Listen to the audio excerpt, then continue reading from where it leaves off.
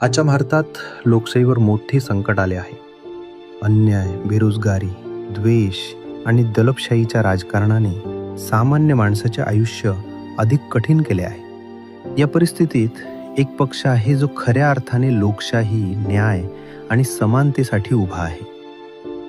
तो पक्ष म्हणजे social democratic party of India, SDPI.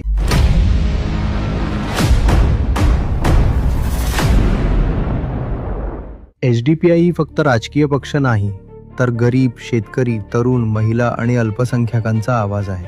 आम्ही अन्यायाविरुद्ध लढतो, संविधानिक मूल्ये जपतो आणि सर्व समाजासाठी न्याय्य भविष्य घडवण्याची शपथ घेतली आहे. आज जेव्हा मोठे पक्ष जनतेच्या खऱ्या प्रश्नांकडे दुर्लक्ष करत आहेत, तेव्हा SDPI खऱ्या लोकशाहीची नवी आशा बनली आहे. पण हा संघर्ष सोपा नाही. अन्यायाविरुद्ध लढाई लढण्यासाठी आम्हाला तुमच्या साथ सहकार्याची गरज आहे.